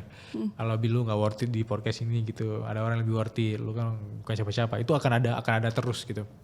Tapi mungkin aku 5 tahun lalu akan menelan itu, kayak menelan mentah-mentah kayak ya juga gue nggak ragu. Nah, tapi versi bila sekarang, karena tadi aku bilang rentetan atau akumulasi dari keberanian dan akumulasi dia bisa melawan rasa negatif self talk itu, aku rasa semua orang akan di tahap bahwa dia bisa percaya diri dan dia tidak meragukan dirinya sendiri sih. Itu hal yang wajar. Imposter syndrome hal yang wajar.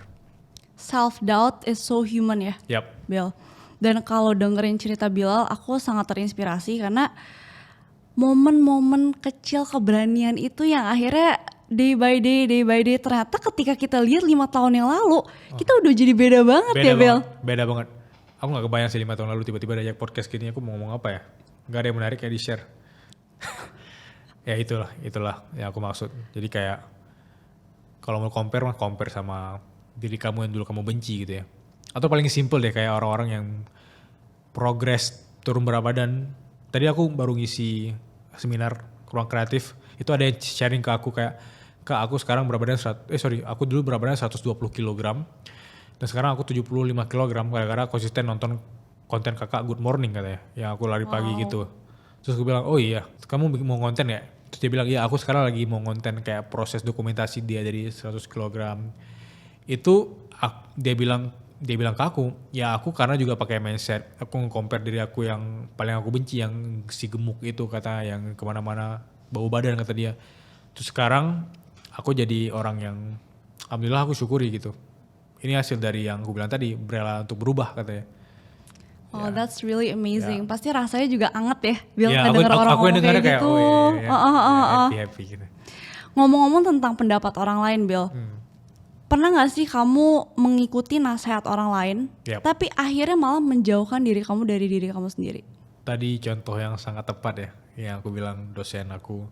Beberapa, bahkan Pak Aman sendiri juga pernah mengarahkan aku ke tempat yang aku gak tahu apa-apa, tapi dia merasa dia tahu. Tapi coba pikirin gini, kan ada yang bilang bahwa kita adalah 5 orang terdekat kita, tapi aku bisa patahkan itu, aku bilang bahwa kita adalah 5 orang yang ingin kita dengarkan.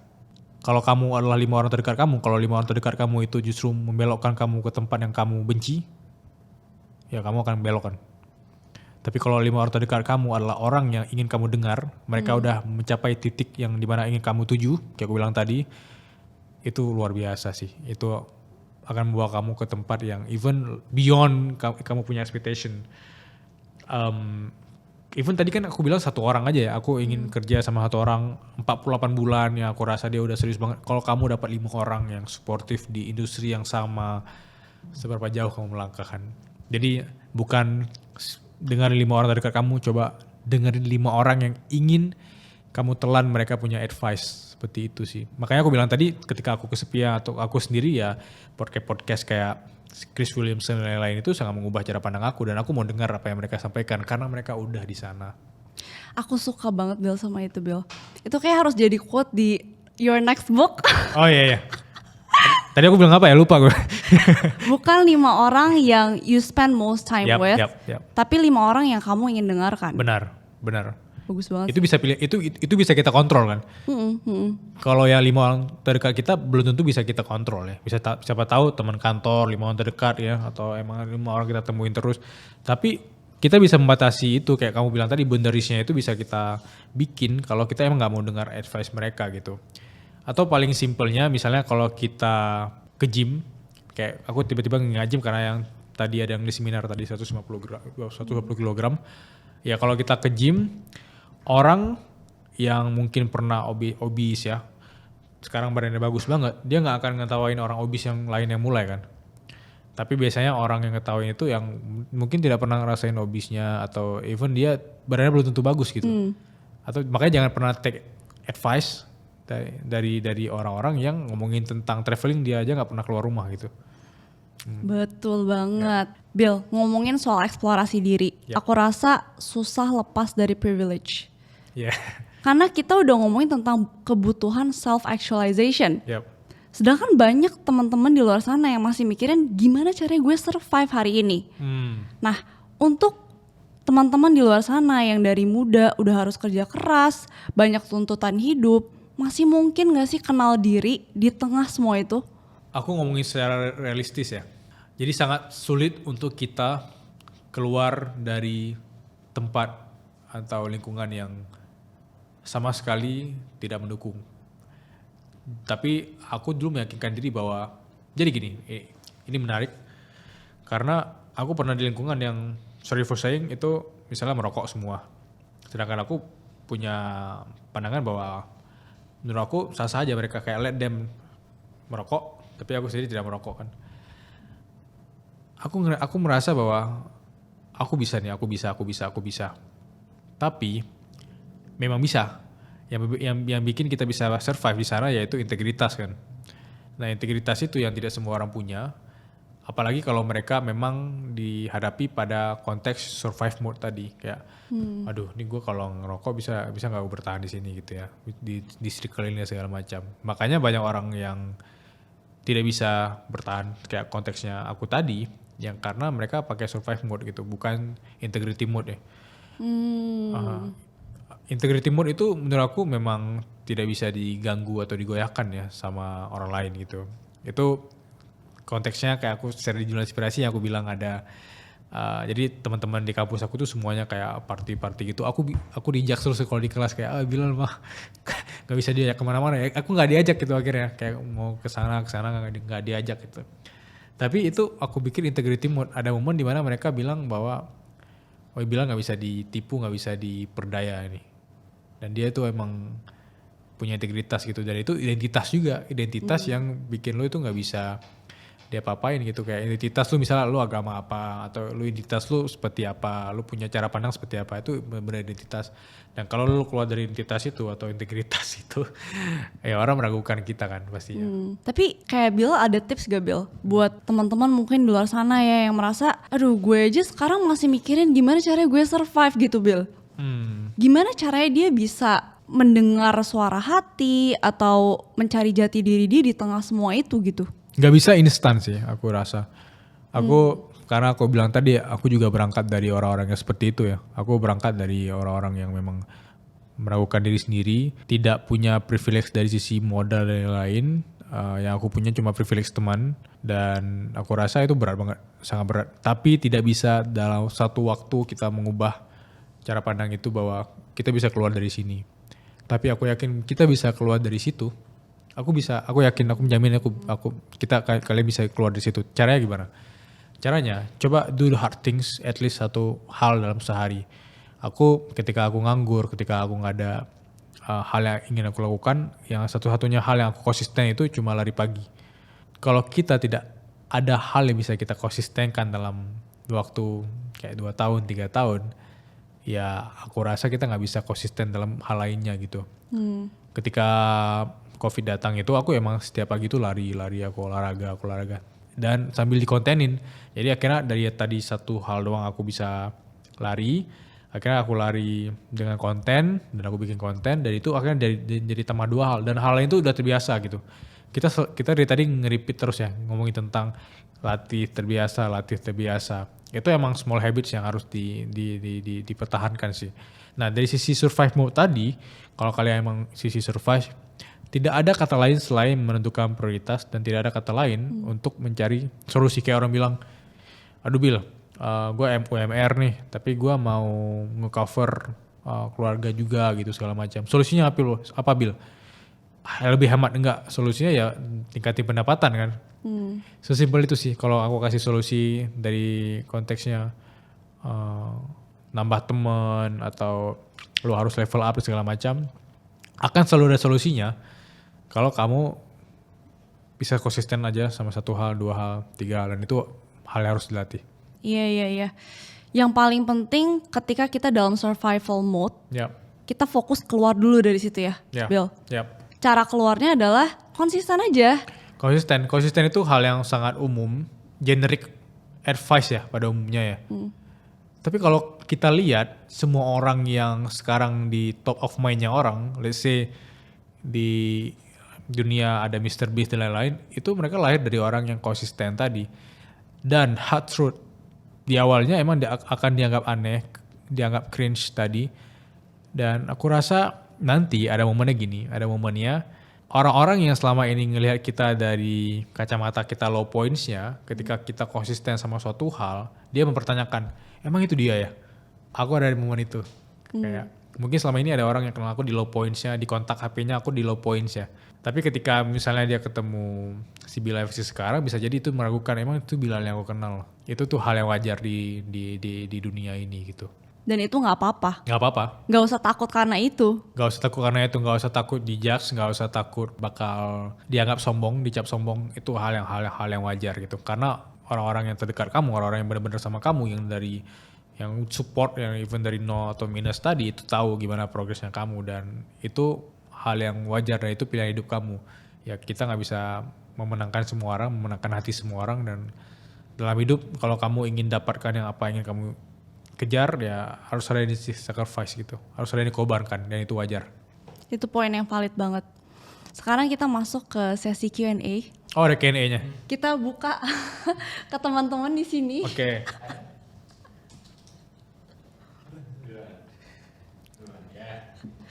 Kak Junior soalnya ngefans sama Kak Bilal. Emang iya? Iya benar.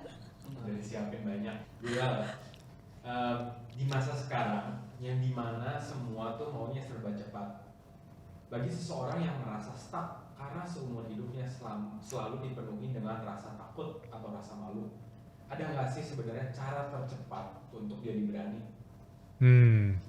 Cara tercepat untuk jadi berani.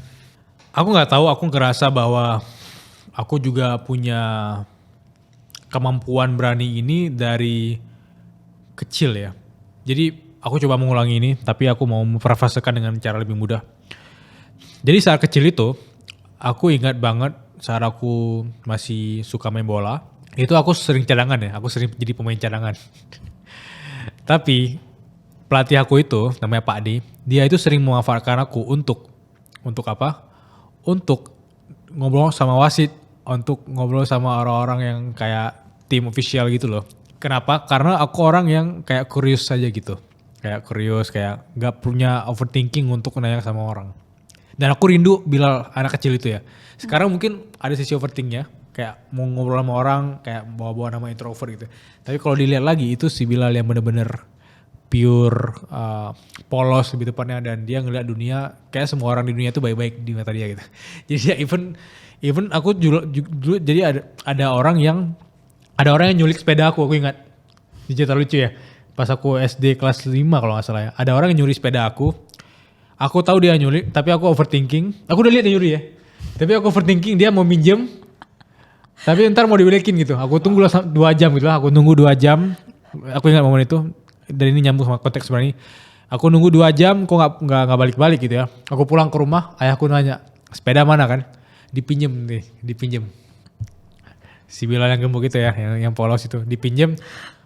Terus aku bilang siapa yang pinjem? Ada tuh teman, ya katanya. Ya udah besok aku balik, kok nggak ada sepeda ini. Aku balik lagi ke lapangan bola kan. Aku ingat banget itu. Nah terus aku tanyalah sama pelatih aku, tanya, Pak kemarin ada yang ambil sepeda itu biasanya bakal balikin nggak ya? Oh enggak. Akhirnya aku tanya orang sekitar gitu kenal dia. Kenal, ternyata rumahnya dekat dari lapangan bola. Aku ke rumahnya, udah dijual sepeda aku. Ya ampun. Udah dijual dan terus aku nangis kan. Ternyata aku baru sadar itu dicuri. Nah akhirnya aku kantor polisi. Jadi kayak aku punya permainan sinetron di kepala aku sendiri. Aku lebay, aku datang. Aku ceritain dengan Bapak saya Bilal, saya itu ingat anak kecil kelas 5 SD gitu ya. Nah hal-hal itu tuh terus terjadi di hidup aku. Jadi ada imajinasi yang aku ciptakan bahwa aku tuh tidak butuh, atau bukan tidak butuh. Aku tidak apa-apa tuh minta tolong gitu loh. Tidak harus apa-apa ayah aku, apa-apa ibu aku gitu. Aku ingin menaklukkan dunia itu sendiri waktu itu. Jadi itu terbiasa. Nah, sekarang kalau aku menyarankan teman-teman di sini yang tidak terbiasa dengan menjalani hidup sendiri, itu aku tidak bisa kasih advice yang paling cepat. Karena itu aku bisa bilang bahwa itu kumpulan pengalaman sih. Kalau aku bilang, oke, kamu harus berani dan segala macam, itu kumpulan pengalaman. Aku cuma bisa kasih advice kalau, Bil, aku orangnya nggak berani ngonten dan segala macam. Aku orangnya kalau di depan umum kayak nggak berani ngomong segala macam. Itu aku bisa kasih advice. Advice-nya simple. Kalau kamu ngonten tapi nggak pede, coba bayangin kamu ngonten ini di depan kamera, itu kamu lagi video call sama satu orang gitu. Kayak video call ke adik kamu gitu. Misalnya aku mau kasih konten advice ya di usia 20-an di konten aku. Kan kalau aku pikir bahwa ini yang nonton ribuan orang, aku bakal dijudge dan segala macam, bisa aja aku malu kan, mager.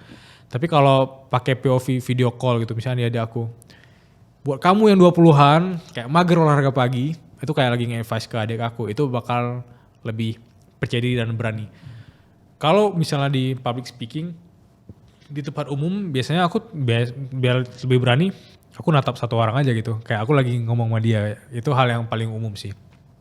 Nah kalau dalam konteks generik ya, kalau ngomongin sisi berani, aku menyarankan bayangkan kamu dalam 1 jam aja nggak ada perasaan takut di hidup kamu. Kayak Tuhan tuh tidak menciptakan rasa takut di hidup kamu. 1 jam aja. Apa yang akan terjadi di 2 jam berikutnya gitu. Itu cuma cara pandang aja. Dan aku cuma pernah beberapa kali menerapkan itu. Walaupun sangat berat. Tapi coba 1 jam aja. 1 jam aja aku di ruangan ini untuk nyapa si A, nyapa si B, ngobrol tentang A, B, C. Kayak walaupun sangat malu. Tapi apakah malu itu lebih buruk daripada penyesalan? Biasanya penyesalan lebih buruk. Kayak penyesalan untuk tidak ngobrol hal itu sama dia tadi gitu. I love that. Semoga menjawab. Ya semoga menjawab ya. Tapi gak tahu kenapa tiba-tiba aku tadi keingat yang momen sepeda tadi. Karena lucu sih itu. Lucu banget Phil.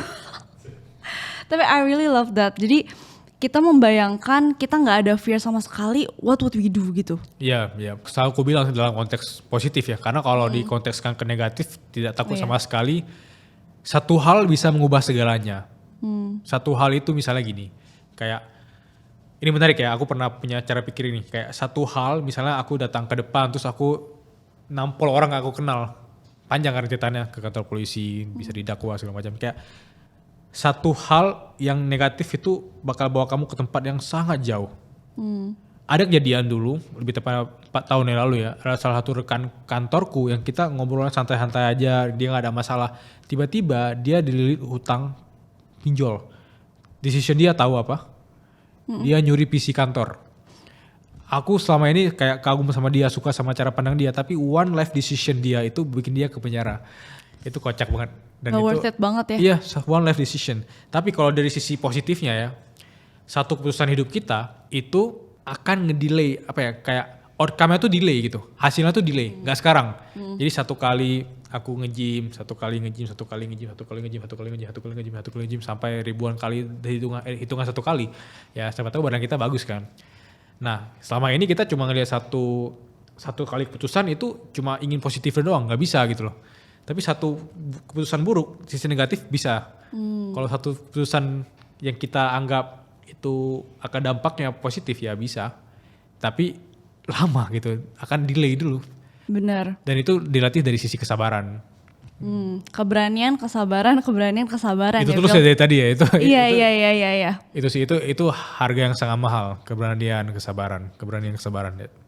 Dan yang tadi Bill mention tentang kumpulan pengalaman ya. Benar. Aku pernah baca somewhere bahwa for every negative experience, kalau kita tambah dengan 5 positive experience, Yep.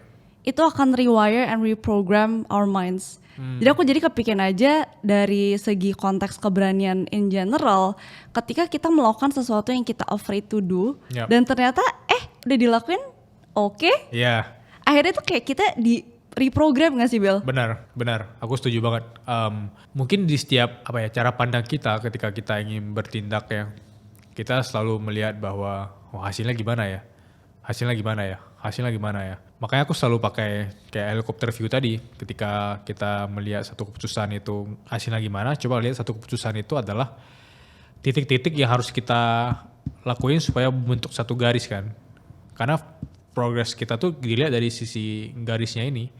Kalau titik doang emang terkesan ada space-nya kayak lama banget gitu ya, kayak lama.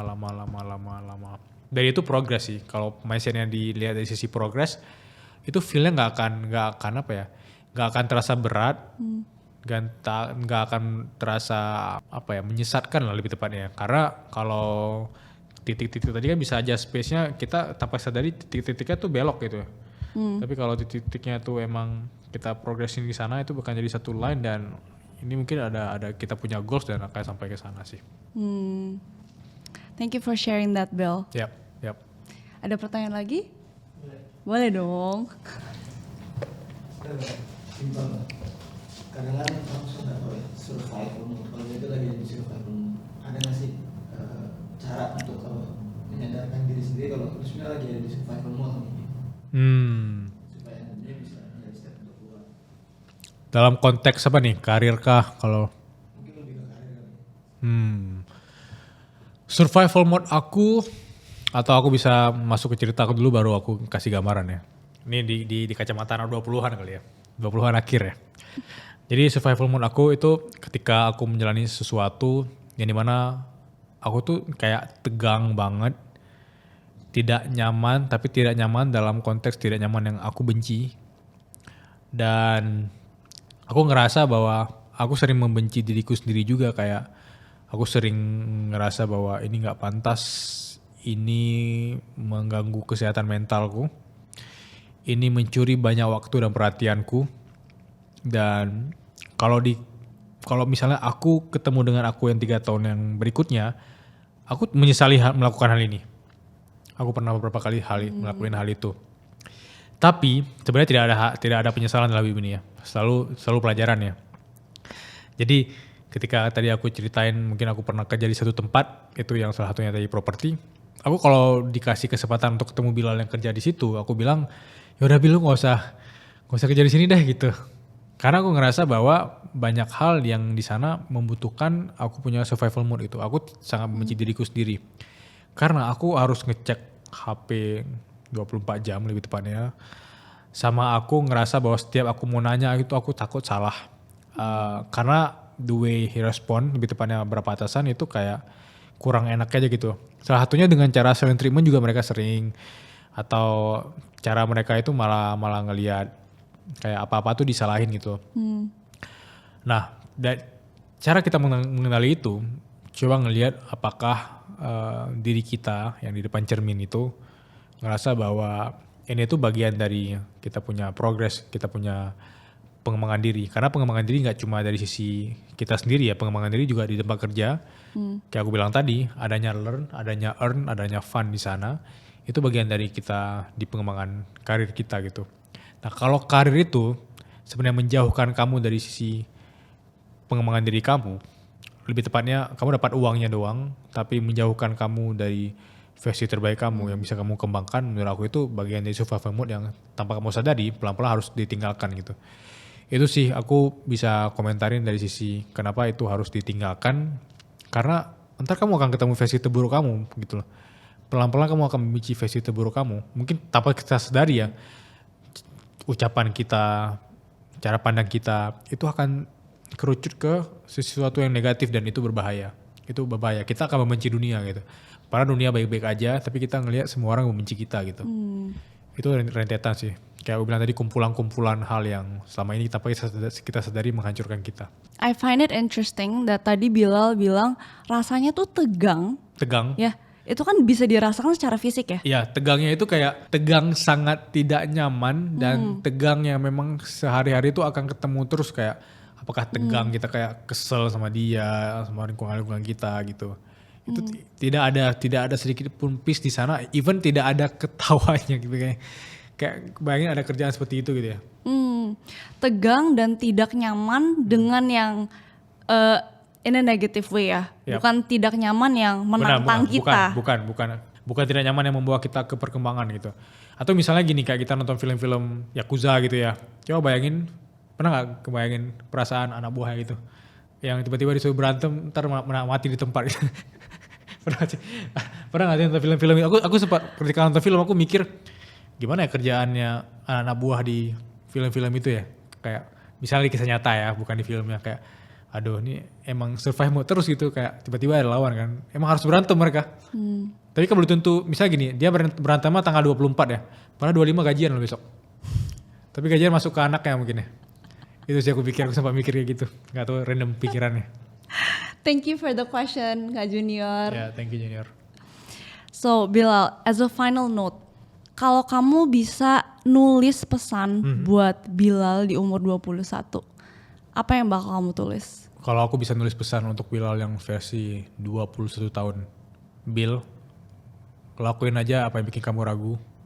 Tapi ingat, dengan kamu percaya pada diri kamu sendiri, dengan kamu bisa konsisten dengan apa yang kamu lakukan, dan kamu ngelihat bahwa ada tempat khusus untuk kamu di usia kamu yang 27 tahun, percaya deh, semua yang lo lakuin itu sebenarnya worth it. Dan selagi lo percaya pada progres itu, dan lo percaya pada pengembangan diri lo, ya lo akan berterima kasih dengan Bilal yang versi 21 tahun. Gitu. Thank you so much, Bel. Thank you Jessie. Thank you buat obrolannya hari ini. Aku belajar banyak banget hari ini, Bel. Especially for me, is on the role model. Thank you banget, Bel. Dan tentunya aku juga belajar banyak dari bukunya Bilal nih, Jurnal Inspirasi. Thank you. Buat teman-teman yang belum baca, aku sangat merekomendasikan Jurnal Inspirasi. Karena aku merasa karya ini ditulis dengan sangat indah, hangat dan jujur. Dimana petikan-petikan inspirasi dan pelajarannya tuh bikin aku, dan aku yakin teman-teman di sini juga bisa lebih mengapresiasi momen-momen kecil dalam hidup. So thank you so much. Thank you Jessie, thank you udah promosi. Abis ini aku minta tanda tangan ya. Iya, siap. Thank you, Bill. Thank you. Kalau kamu suka obrolan Deep Talk kayak gini, please support me by liking, commenting, and subscribing to my channel. Until next time, and let's keep going in love.